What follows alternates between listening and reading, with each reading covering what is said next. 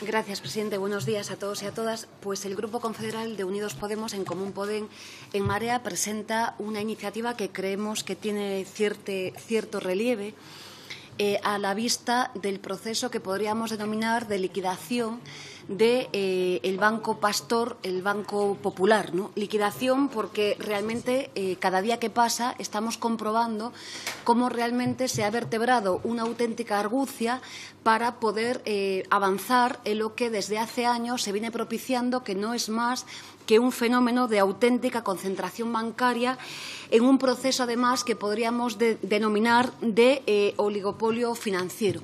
Este oligopolio financiero, señor presidente, tiene, digamos que, dos riesgos muy elevados en nuestro país. Un primer riesgo es de carácter económico.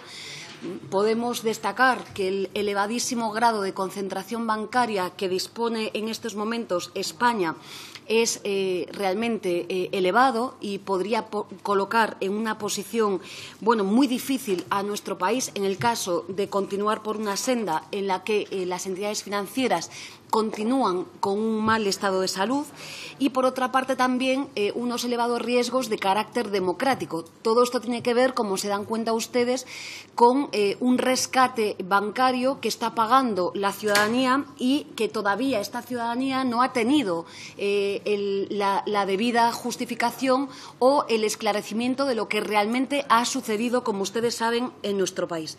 Lo que es realmente preocupante es que, efectivamente, frente a las comparativas con otros países, España presenta un elevadísimo grado de concentración bancaria, de tal modo que tan solo 5 entidades alcanzan el 72% del negocio bancario, frente a otros países, como el caso de Alemania, que, sin embargo, su cifra es mucho menor, al 31%, ¿no? Esto, por tanto, digamos que es una grave amenaza. En este sentido, señor presidente, para nuestro grupo, ante este elevadísimo grado de concentración bancaria, nos parece especialmente relevante que Bankia continúe estando en las manos públicas. Que continúe estando en las manos públicas porque, efectivamente, Bankia es la cuarta entidad financiera de este país y si se propicia la privatización de la misma, obviamente, este riesgo de concentración bancaria realmente sería muchísimo más elevado. Para nuestro grupo, defender en este contexto Bankia en la red pública es defender a la economía española del oligopolio y, por supuesto, defender esto que tanto les gusta a ustedes, que es la libre competencia o el mercado de la competencia, ¿no? Pero, además de este elevadísimo grado de concentración bancaria, tiene un efecto muchísimo más perverso la liquidación del Banco Pastor, el Banco Popular, cual es un fenómeno calculado y buscado de centralización.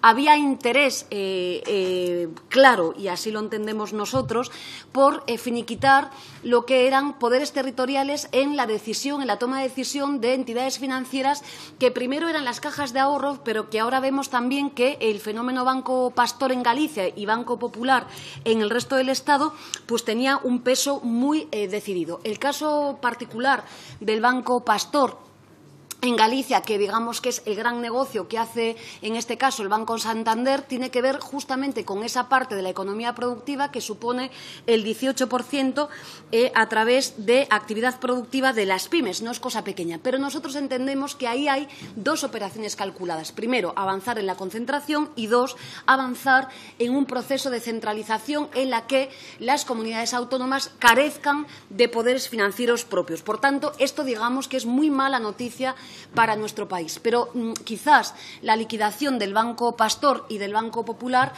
es muy mala noticia para la economía española por muchísimos elementos. La primera de ellas porque nos coloca en una situación de riesgo realmente sistémico, como hemos dicho, por la concentración, pero por muchos más riesgos que también conlleva este fenómeno.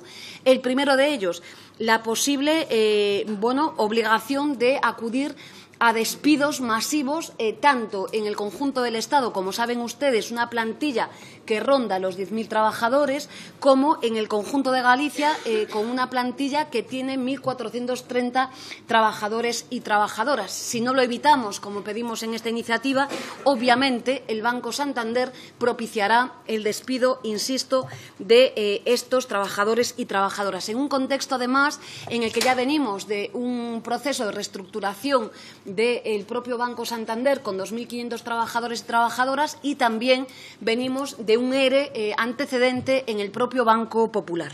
Pero también tiene elevados riesgos en lo que tiene que ver en la exclusión financiera, en lo que tiene que ver con el cierre de oficinas. Les voy a poner el ejemplo de nuestro país, de mi país, particularmente de Galicia. Tenemos 202 oficinas, la mitad de ellas coinciden en las ubicaciones con oficinas del Banco Santander, muchas de ellas en pequeños municipios y en zonas rurales. Bueno, pues a todas luces parece bastante evidente que esto va a suponer el cierre inmediato de estas oficinas. No hace falta que les explique lo que esto va a suponer, pero no solo es en Galicia, es en las restantes oficinas del conjunto del Estado. Pero también pierden 300.000 pequeños accionistas que, digamos que aquí vuelven a sufrir como un fenómeno estafa. Y aquí queremos detenernos también, y hemos presentado en nuestro grupo otras iniciativas que cooperan con esta, que obviamente es limitar de manera permanente lo que son las operaciones en corto y al descubierto. Porque obviamente lo que ha pasado, y ahora lo estamos comprobando, es que esos fondos de inversión que están en el interior de este proceso, o esos accionistas, un total de tan solo 126 accionistas, fueron realmente los causantes de propiciar la bajada estrepitosa del valor de las acciones de este banco. Es decir, una operación realmente no solo especulativa, sino mortal y consentida y amparada por el conjunto de organismos de nuestro país. Pero además, lo que tiene que ver, ¿no?, con los propios fenómenos de limitación de la competencia en nuestro país. La verdad es que nosotros nos hacemos algunas reflexiones, ¿no? Y la primera sería, ¿para qué sirven en nuestro país los test de estrés? ¿Para qué sirvieron? Esto parece bastante tomadura de pelo, si me permiten la expresión. ¿Para qué valen las auditorías en las entidades financieras? ¿Para qué vale el Banco de España? ¿Para qué sirven los propios organismos reguladores? ¿Para qué sirve el Ministerio de Economía y Hacienda, los dos en nuestro país? Porque realmente lo que hemos vivido con el proceso del Banco Popular y el Banco Pastor es realmente una auténtica irresponsabilidad y, si me permiten, insistimos, de auténtica tomadura de pelo. El 19 de abril, el señor Guindos, ante esta misma comisión, nos decía que no había ningún riesgo ni ningún peligro respecto del Banco Popular. No les voy a decir lo que decía el gobernador del Banco de España, porque lo conocen perfectamente. Entonces, aquí realmente entendemos nosotros que lo que hay es una lectura unívoca desde hace 10 años en cuanto a lo que tiene que ver con el sistema financiero español. Y el relato que ustedes están construyendo realmente es falaz.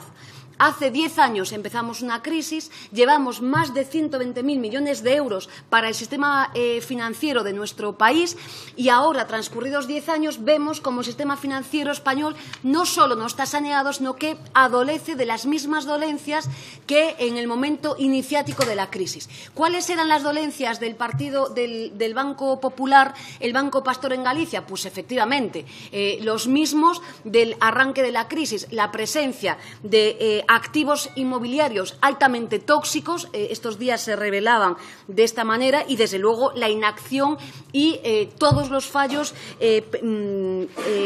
posibles en cuanto a la gestión del mismo. Por tanto, si me permiten, respecto de estos riesgos, digamos que estamos ante una auténtica estafa democrática. Gana solamente una entidad, gana el Banco Santander, gana la señora Botín, a pesar de que ser una accionista muy pequeña en ese gran Banco Santander, en el que, como ustedes saben, un fondo de inversión, BlackRock, ostenta el 12,5% de la posesión de ese banco, pero pierde la mayoría de la sociedad.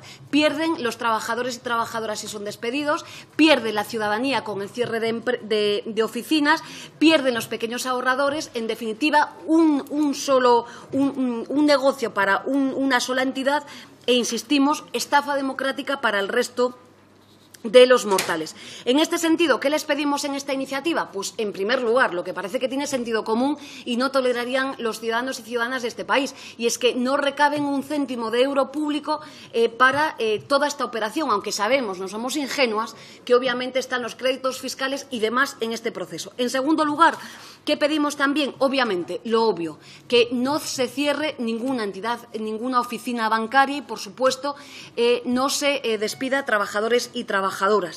lo que tiene que ver con, con una importancia para Galicia, como es la Fundación Barrié, en la que muchos jóvenes y muchas estudiantes, ¿no?, tienen becas de esta fundación, e incluso la obra social que tiene la propia Fundación Barrié es de una relevancia vital en Galicia, pues desde luego que se preserve como tal. Y el elemento central, el último, y es que desde luego, señor presidente, y con esto termino, hay una auténtica responsabilidad de golfería gestionando, en este caso, las entidades financieras que no son cajas, son bancos en este caso, que han conllevado a la catástrofe en una gestión nefasta en este proceso. Y, por supuesto, obviamente, creemos que se deben de depurar todas estas responsabilidades para llegar hasta el final y saber de manera cierta qué es lo que ha pasado una vez más con la liquidación de esta entidad bancaria. Y en este sentido les pedimos el voto favorable para estos 5 puntos que